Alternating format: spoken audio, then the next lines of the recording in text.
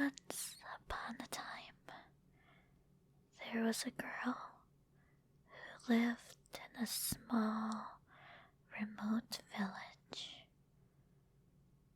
She lived there with her parents and an older brother.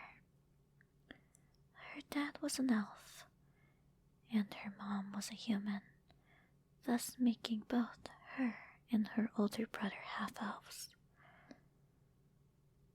They grew up in a nice, comfortable, happy home.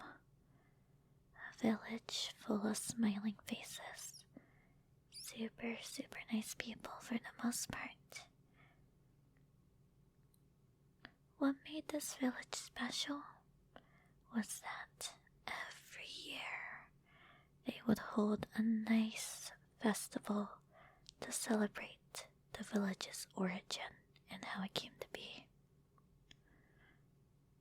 This happy little family would always attend the festivities, going every year together, enjoying the little games and the food and all the little traditions that came along with it.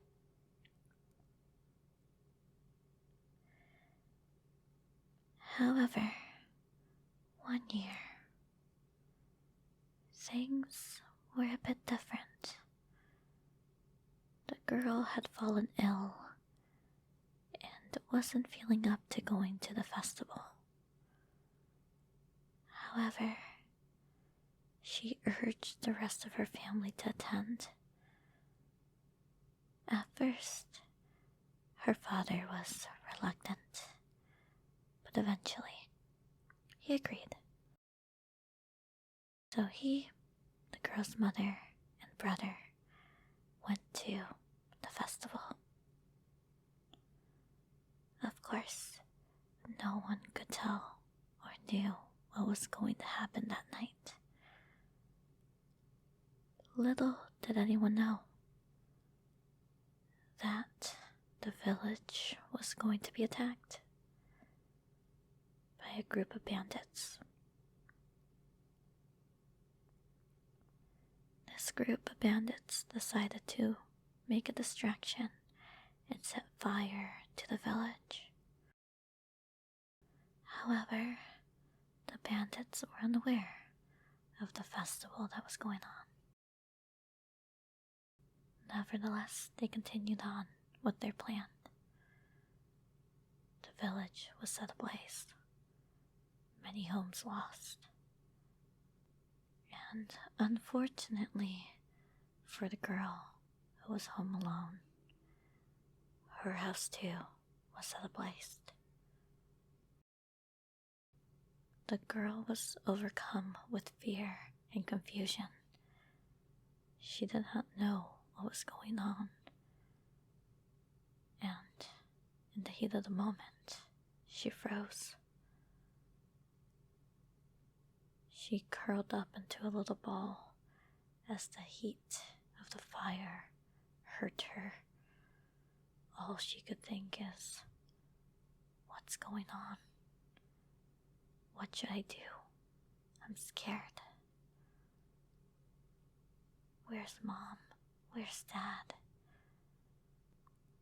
And as she thought those thoughts, all of a sudden, she saw a bright blue light illuminating the door to the outside. She had no idea what this light was. She wasn't even sure if it was real. But upon seeing something so whimsical, she decided to get up and to follow it. And so she did.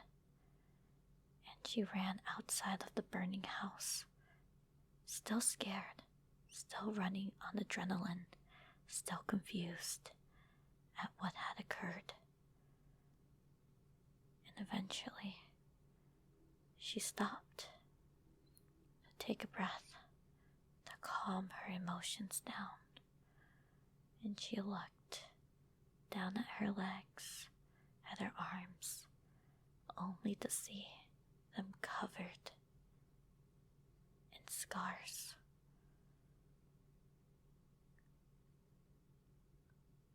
The damage had been done, unfortunately for her.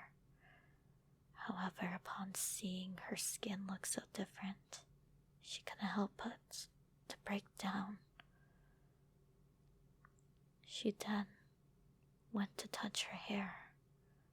What was once long, beautiful hair had now been burnt away, and when she looked at her hand, she saw strands of her burnt hair falling off. This, unfortunately, sent her into more of a spiral. While all this was going down, the people at the festival were doing their best to fend off the bandits. Unfortunately, many people were hurt, and in the midst of everything, the girl's father was doing his utmost to help the people around him, but also running as fast as he could back to his home, wondering if his daughter was safe. Once he made sure that his wife and his son were safe, he ran as fast as he could, hoping, praying that his daughter was okay, that she was still alive. Eventually, as he ran, he heard her crying, and he was relieved to know that she was still alive. However, as he approached, he saw the damage that had been done, and he too felt sadness. The sadness a father feels when they feel like they failed their family, when they feel like they couldn't protect someone so dear to them, someone who's so frail, someone so innocent. But instead of getting lost in those feelings, the father took his daughter and ran to the closest cleric. Since there had been a lot of people hurt by this attack, the local cleric, nurses, doctors, although not many, were very busy and had to spread their resources thin in order to keep as many people alive and stable. They did their best to help the girl. However, even their magic couldn't get rid of all the damage, thus resulting in many scars across her body. The girl's father understood the situation. He wasn't upset. He was just happy that his daughter was safe and alive. The mother shared the sentiment as well. So they did their best to stay strong together. That way they could be there for their daughter. The girl, she was in pain, of course, as you'd imagine, but she did her best. She didn't fully understand the whole situation or what had exactly occurred, but her parents reassured her. However, she felt isolated, different, not who she used to be. None of the kids she grew up with would ever visit her. This caused the girl to go further down the hole of sadness. But luckily for her, there was one boy that she grew up with who decided to take a leap of faith and visit her in order to provide her some comfort. The girl was very happy to have someone her age around her, some nice company to chat with. He was a bit of a strange boy, also a half-elf. He ended up drawing her a cute little self-portrait to keep her company while he wasn't around. The girl appreciated this sentiment. Although a bit weird, she was happy to have someone by her. Someone who wasn't family. Someone that she could see as an equal. However, the boy ended up having to move away. His family, not feeling entirely safe in this village after the attack, took the hard decision to move. And the girl didn't get a chance to say goodbye. But she decided to carry on. She saw that one person showed her kindness, so she believed that there would be others. So she had hope. And once she was able to go back home, she decided to try again. To try to live life again. However, reality isn't always the nicest, and she struggled. Due to her different appearance, other people looked down on her, and people her age would tease and bully her for being different. This made the girl feel down again. It made her feel like she was some sort of monster, someone who could never fit in, no matter how hard she tried. She was trying to figure out who she was, her identity, trying to put back the pieces of herself that she felt like she lost after the incident. But time and time again, people would push her down, and she developed a low self-esteem, a low sense of worth, and fell into a great depression. Her family tried to comfort her, tried to be there for her.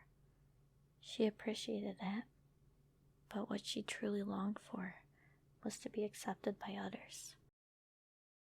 She understood that her family loved her. She understood that her family would be there for her. And she accepted that. But what she wanted was to be accepted by others, by the world at large. So she carried on. The teasing and the bullying never truly stopped. It got so bad to the point that the girl felt like she had to kill off her own emotions in order to survive. What was once a sweet, kind-hearted girl started to slowly become someone cold, someone who did not care for others, because that was her own way of protecting herself. Time passed by, and the girl saw the boy again, the one who had visited her at her weakest. Unfortunately for her, she couldn't face him. She felt unworthy, felt ugly inside and out, was ashamed of how much she's changed. And so, she ran away from him and started to do some self-searching.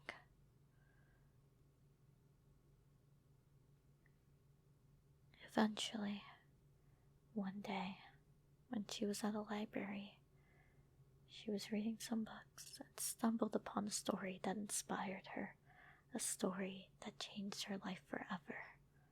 She read about an elven cleric who had once saved the world. A cleric who was a light and hope to everyone she encountered. The story inspired the girl. The girl thought that maybe she too could be a light for others, could give hope to other people around her, could make an impact, a difference in someone's life. This book is what inspired her to become a cleric and go on her own little adventure. And so she did. She told her parents that she needed to go, that she needed to try something different. And although they were worried, they let her go with a smile. And so the girl ventured out into the world as a novice cleric of sorts. She struggled a lot at first, due to not knowing how to properly interact with people, and due to not knowing the dangers that the world gives. Her self-esteem and lack of confidence got to her many a times, especially when she met people who had traits that she wished she could have. She would often compare herself to others she met, often feel inadequate. Nevertheless, she kept going on, learning many lessons, learning that there are very kind-hearted people out in the world, learning that every single person has their own story, learning that sometimes in life there are times where you have to do things you don't want to in order to make sure you survive. She learned the skills she needed to in order to make it in the world, in order to protect herself, but also others. And of course, she made many mistakes along the way.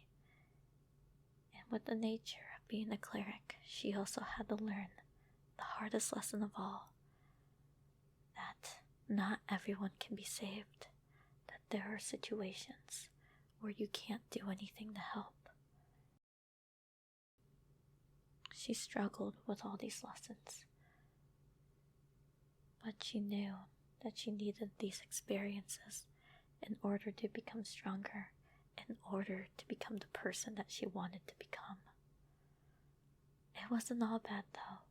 She met many wonderful, wonderful friends, wonderful people that touched her heart, that she won't never ever forget.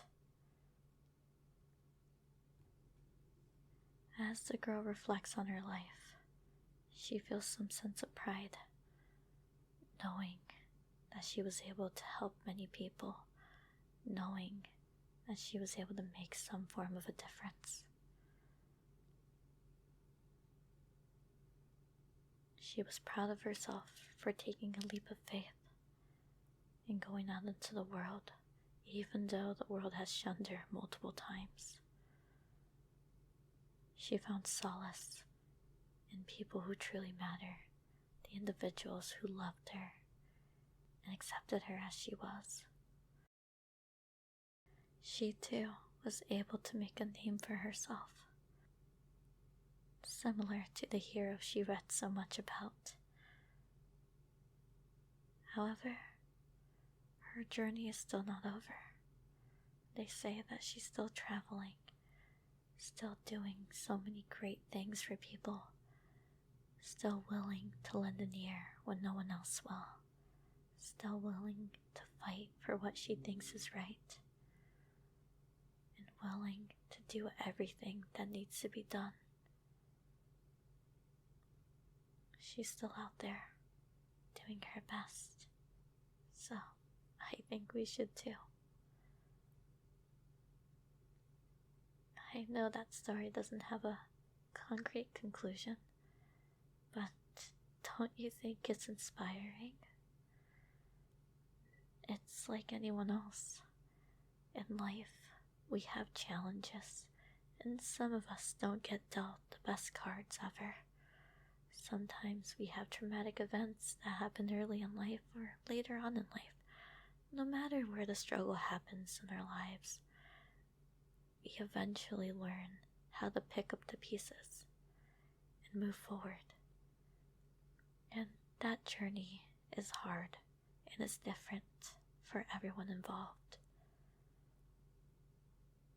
But just like that little half-elf cleric, I think that we should take solace in remembering that we aren't alone, that there are people out there, whether we've met them or not, that'll accept us and give us comfort.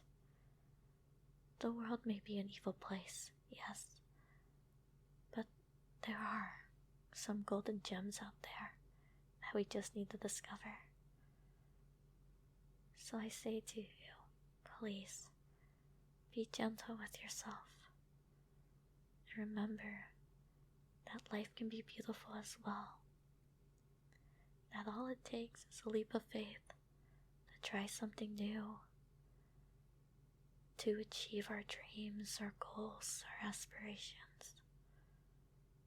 You can do it too.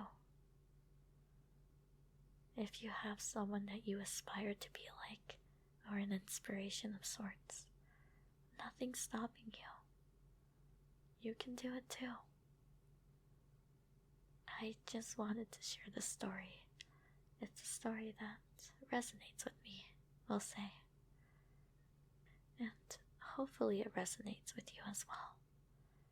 Sorry if it was a bit out of the blue, but hopefully you could enjoy it. Thank you. Thank you for listening to the story of the half-elf cleric. There are a lot more details that I left out. I didn't want to bore you, but maybe someday I can go into more depth about her little adventures and some of the other details that I failed to mention, but I think this was probably a good introduction to her. Alright, thank you so much. Thank you for listening. It means a lot. Be safe and have a nice one, okay? And just know, you're not alone. You won't ever be. I'm here for you. Thank you. Bye-bye for now.